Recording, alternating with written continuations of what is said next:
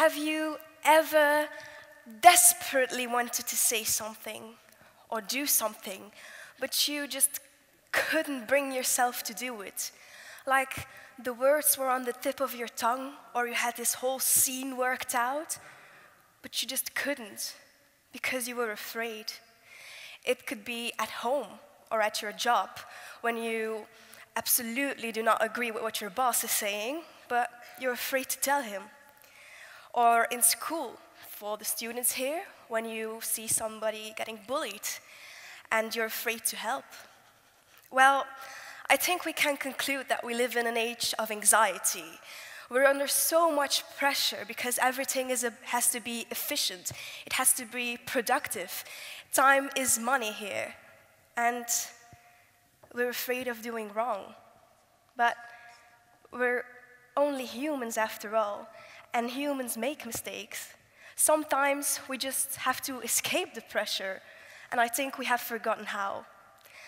I think how to escape this pressure is to release your inner child. Because I want to prove to you that there are 3 things that children do that we tend to forget in our daily lives. First of all, appreciating the little things in life.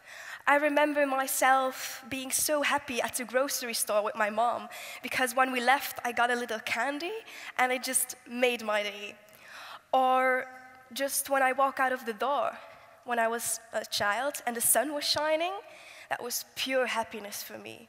But now, when I wake up and the sun is shining, I don't even notice it because I have to go to school and there's so much work, etc. So that's first of all, we need to appreciate little things. Second of all, I think we've lost a certain imagination. When we see a box, it is just a box.